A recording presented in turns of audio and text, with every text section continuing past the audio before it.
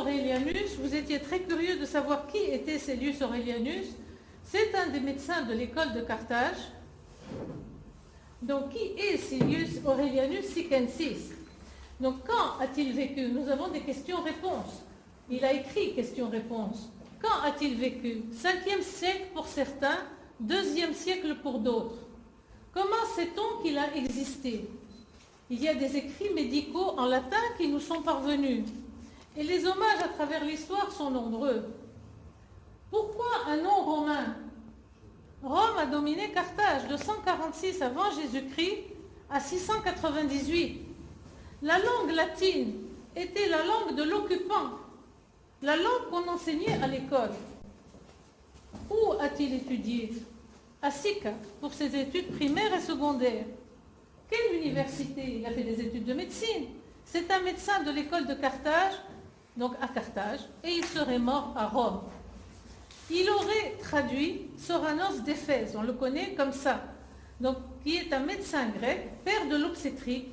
Mais s'il a vécu, il y a une polémique sur la période où il a vécu, s'il a vécu à la même époque que Soranos d'Éphèse, cette théorie serait remise en question et certains aiment, malheureusement, surtout les Européens, à le réduire à un simple copiste. Il y a de nombreux témoignages et hommages qui concernent Caelius Aurelianus à travers l'histoire.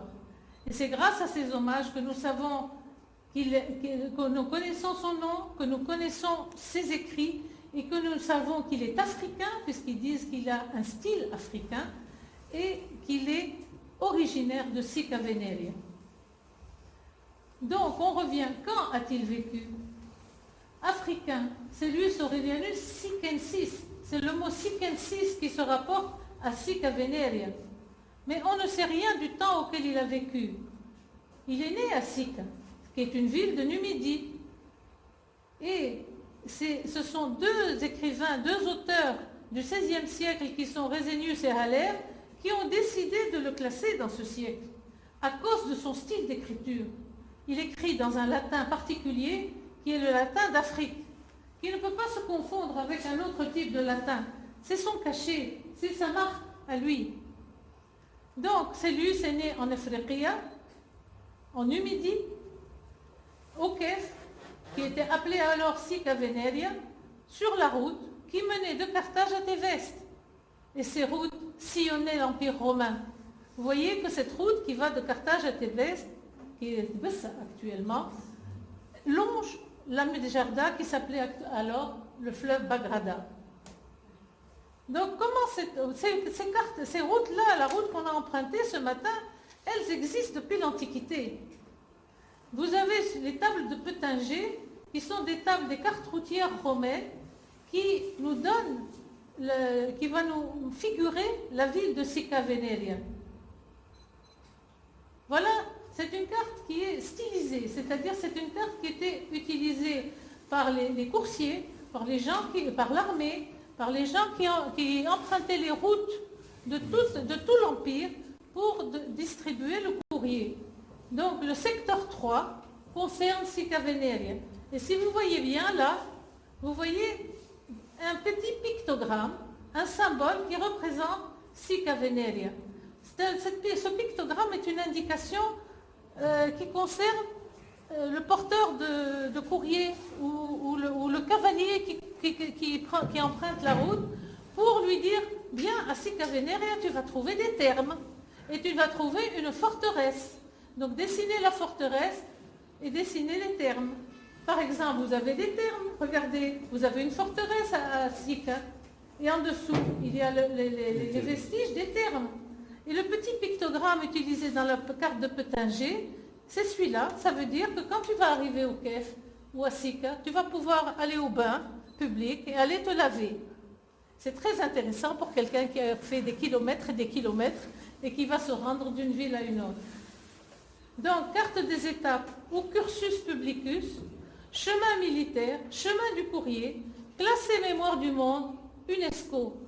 Sica Veneria fait partie de la mémoire du monde et elle est classée UNESCO. Le Kef, c'est un oppidum, une forteresse. Elle a toujours gardé le même nom. Oppidum, on a vu qu'il y avait une forteresse. Kef en arabe, et c'est la forteresse que l'on voit quand on arrive de loin. Donc, quand a-t-il vécu? On a toujours ce problème, on ne sait pas quand il a vécu. Donc Résenius, qui critique le latin de Célius, a des mots très durs.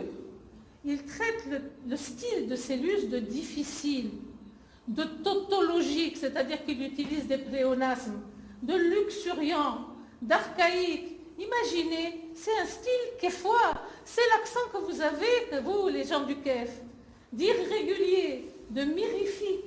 Cela lui permet de le dater du 5e siècle. Et c'est lui-même qui parle, il date du 16e siècle, Résenius, Thomas Résenius. C'est un médecin et un érudit allemand. Donc cela lui permet de dater ce vocabulaire du 5e siècle, et il parle de Sika comme d'un oppidum ou d'une fortification. Il dit c'est d'un latin d'une barbarie gothique. C'est rigolo venant d'un Allemand. Il parle des Goths. Bon, donc quasi quelque chose de Hénodius qui était proconsul d'Afrique ou de Fulgence. Donc le latin d'Afrique avait des influences numides et berbères et même puniques. Et c'est une marque indélébile qui le protège de tous les détournements. C'est-à-dire qu'on ne peut pas dire que M. Célius ne vient pas du Kef. Rien qu'à sa façon d'écrire, on sait qu'il vient d'ici. Célius avoue lui-même, bon, on l'a, comme l'a dit si Hamza Sadeh, on l'a attribué un plagiat, c'est-à-dire, et par contre, il avoue lui-même qu'il a traduit Soranus. Cependant, de l'avis de Daniel Leclerc, il paraît qu'il n'a pas simplement rendu mot à mot en latin ce qu'avait écrit en grec Soranus, car très souvent dans son texte, il le critique. Il dit Soranus, pour lequel je suis d'un avis contraire. Donc on ne peut pas le considérer comme un simple copiste. Vous savez que les livres de Soranus ont complètement disparu. Nous n'avons pas le livre de Soranus en grec. Et il a été reconstitué à partir des travaux de Célius. C'est eux qui ont fait un pillage. Ils ont copié Célius et l'ont attribué à Soranus. Donc les hypothèses et les conjonctures sont multiples. Voilà le catalogue des auteurs qui sont cités par Célius. Je ne vois aucun auteur latin qui prouve qu'il a vécu au 5e siècle. Tous ces auteurs sont des auteurs grecs qui ont vécu avant Jésus-Christ. Donc je pense qu'on se trompe sur la date à laquelle a vécu Célius. Où a-t-il étudié? À Sika, pour ses études primaires et secondaires. Alors toutes les villes dans l'Afrique, même les bourgades du Tel, avaient leur école primaire tenue par le littérateur ou primus magister. On y apprenait à lire, à écrire, à compter. Et le maître avait fort à faire dans ce pays, où la plupart des enfants parlaient entre eux le numide et le punique dans la rue, ou à la maison. Donc, on parlait deux langues. La langue de l'école et celle de la maison. Ça n'a pas beaucoup changé. On parle la langue de l'école et celle de la maison. Puis, les années passées, il y avait un enseignement secondaire dans la même ville. Et celui qui les donnait s'appelait un grammairien. Dans tous les centres importants, donc au KEF, il y avait des grammairiens qui donnaient des cours de secondaire, des cours de grammaire, des cours de littérature.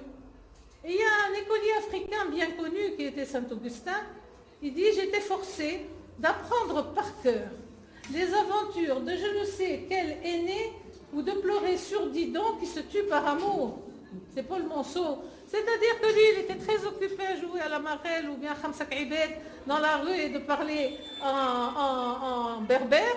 Et il fallait apprendre par cœur l'histoire de Aîné. Voilà les tablettes de cire d'un écolier du IIIe siècle. C'est les mêmes tablettes qu'a utilisées sans doute Célius.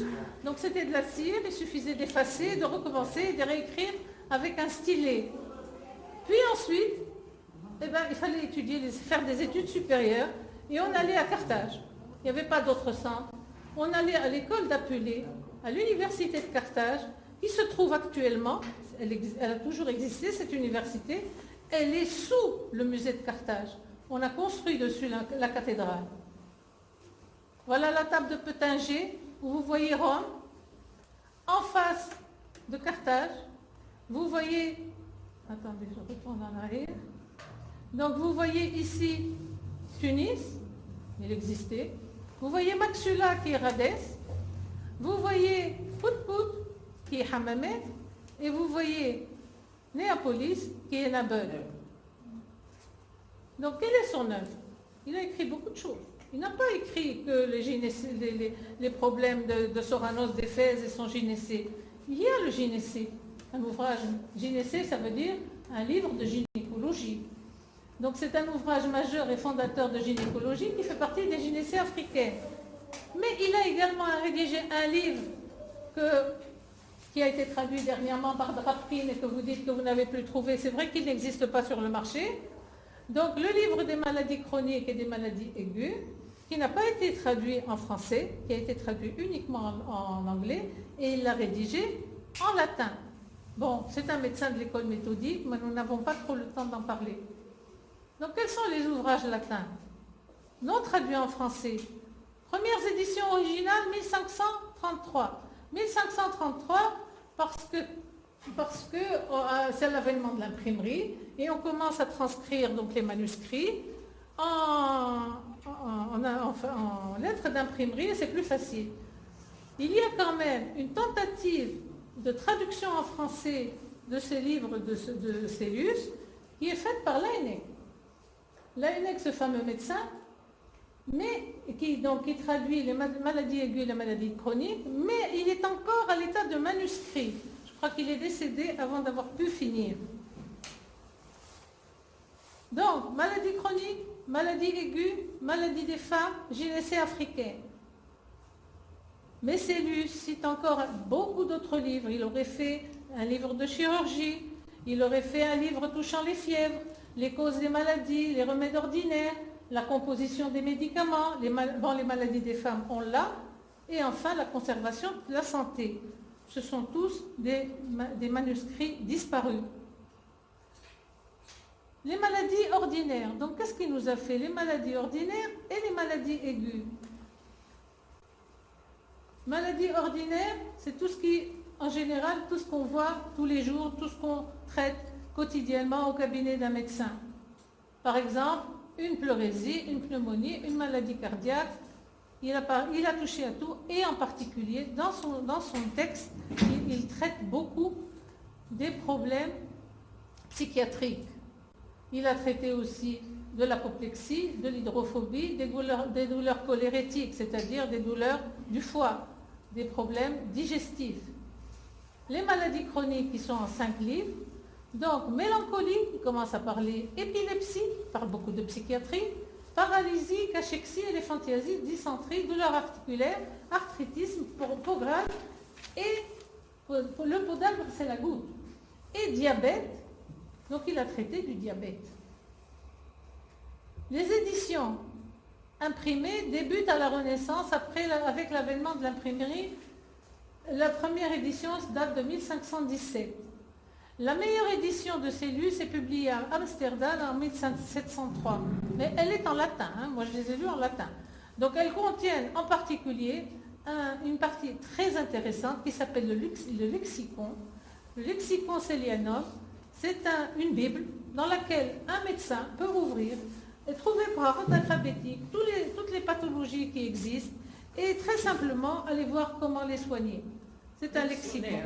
C'est un dictionnaire, c'est le lexicon, c'est un lexique.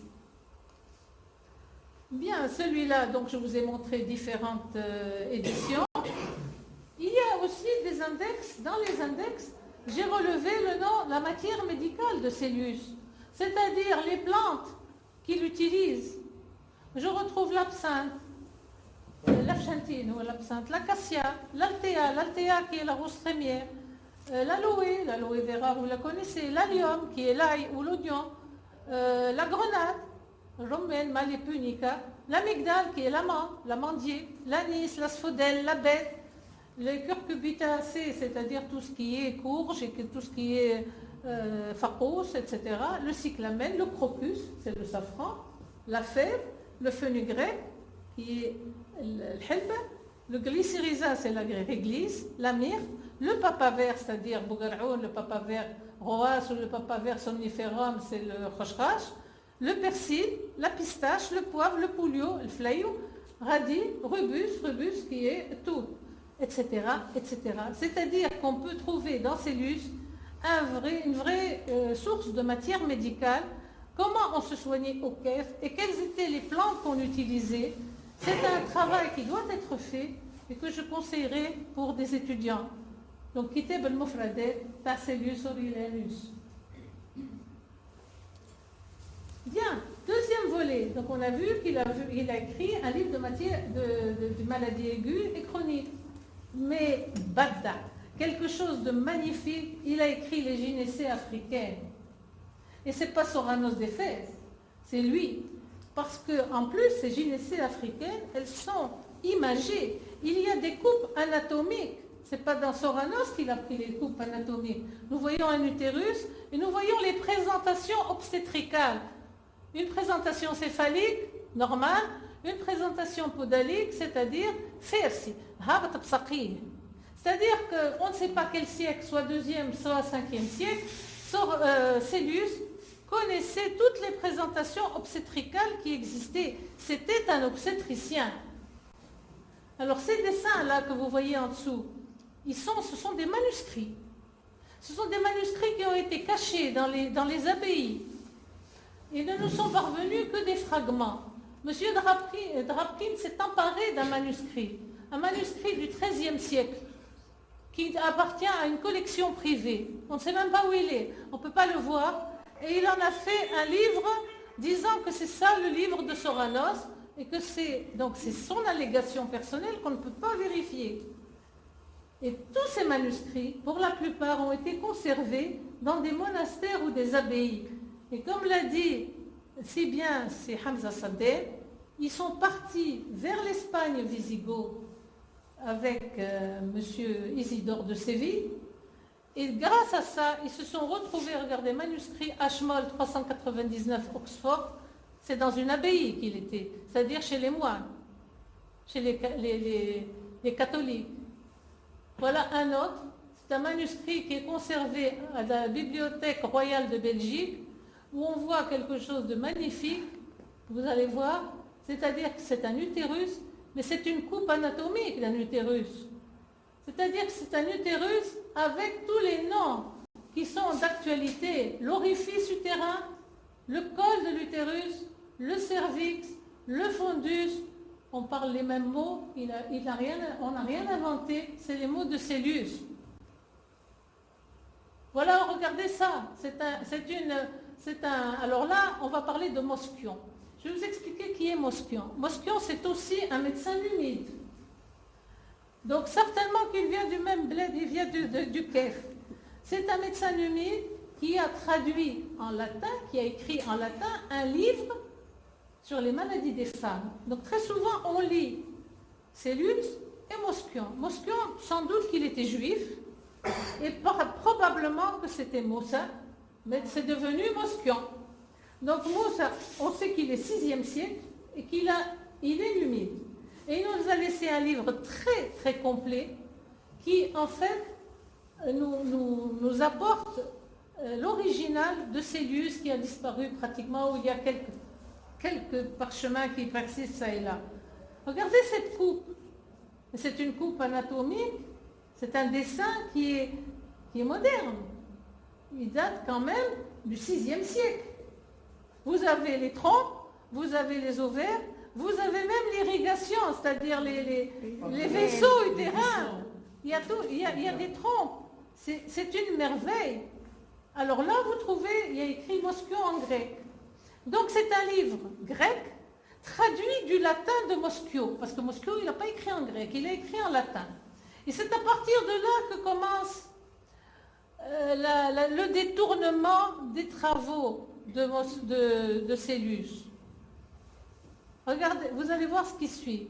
Vous avez un Mosquion qui est latin, qui est conservé à Oxford, où on voit les différentes présentations fétales.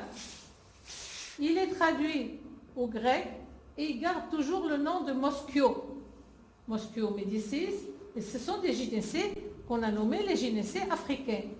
Mosquio, c'est un Kéfois. Probablement, on ne sait pas. Il va falloir chercher, madame. Il va falloir qu'on cherche. Il est numide, ça c'est sûr. Mais d'où il est, je ne sais pas. Mosquio devenu grec. Il est devenu grec, le mosquio en latin, en 1566. Et bien ensuite, on va le traduire en français, en 1895.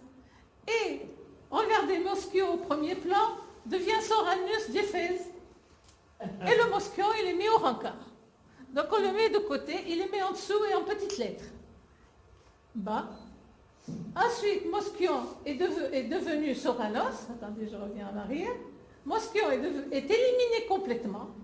Il est devenu Soranos d'Éphèse. Et voilà comment on réécrit l'histoire. Les Fréqiya, la Numidie, Carthage, tout est oublié. Et ça, c'est l'édition de 2013 qui est faite très récemment, où il y a écrit Traité des maladies des femmes par Soranos d'Éphèse. Alors qu'on n'a pas de Soranos d'Éphèse. On n'a pas l'original. On a Célus et on a Mosquion. Il faut qu'on se défende. Si on ne se défend pas, on n'y arrivera jamais. Il manipule l'histoire. Bon, autre chose. Bon, on a parlé des gynécées africaines, mais il y a quelque chose de magnifique dans Célus Aurelianus.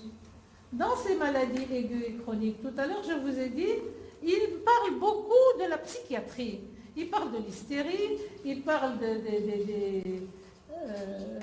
des troubles, des troubles bipolaires, de la manie, des maniaques. Donc il faut admirer à coup sûr en Célus le seul psychiatre cohérent de l'Antiquité. Donc c'est un gynécologue et c'est un psychiatre. Et saluer en lui le précurseur de la psychiatrie moderne.